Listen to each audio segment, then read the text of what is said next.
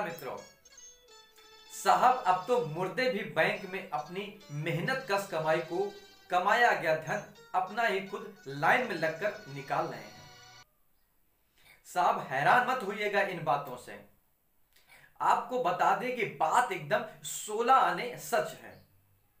देश के प्रधानमंत्री हो, वित्त मंत्री हो, आरबीआई के गवर्नर हो या किसी बैंक की शाखा के मैनेजर क्यों ही ना हो, उनका यही मुंह खोलकर उगलना होता है कि बैंक की प्रक्रिया, धन निकालने की प्रक्रिया बहुत ही सरल हो गई है साहब।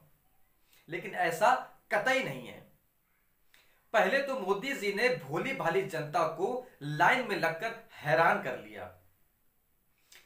अब देश के मुर्दे भी बैंक में लाइन लगकर पैसा निकाल रहे हैं। नौबत यहां तक आ गई है साहब। क्या बताएं आपको कि पहले दरअसल माजरा क्या है, हम आपको यह बता देते हैं कि है क्या बात। दरअसल बिहार की राजधानी पटना से सटे हुए एक गांव सिगरियावा है, जहां पर 55 वर्षीय महेश यादव की अचानक मौत हो जाती है और मौत के बाद अंतिम संस्कार के लिए उसके पास पैसे नहीं होते हैं साहब। इतना ही नहीं, गांव के लोगों ने जद्दोजहद करी। गरीब गांव होने के कारण वो सीधे बैंक में गया जिस बैंक में उसका खाता था। तो बैंक मैनेजर ने साहब तो उससे सीधे मुंह बात ही नहीं करी, ना ही कोई सीधा और साफ सरल रास्ता निकाला। फिर क्या हुआ साहब, गांव के लोगों ने महेश यादव का जो मिट्टी थी वो सीधे जाकर बैंक में पटक दी। मानो बात ये तो आग बबूला हो गई। बैंक मैनेजर के जहन में नहीं उतर रहा था कि आखिर ये क्या हो गया।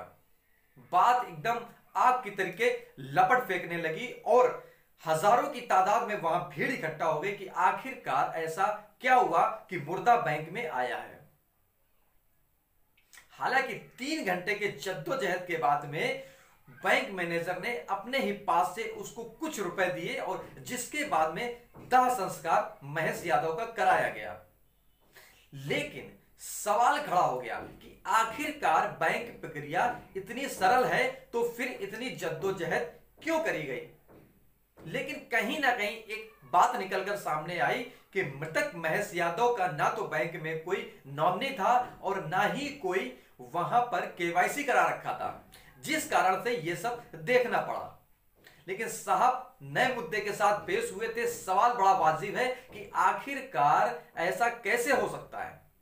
हालांकि ये बातें अब भारत में ही नहीं बल्कि विदेशों में भी खूब चर्चा का विषय बने हुई हैं कि आखिरकार अब बैंकों में मुर्दे भी पैसा निकालने आने लगे हैं। तो आम जनता का क्या हाल होगा आने वाले वक्त में।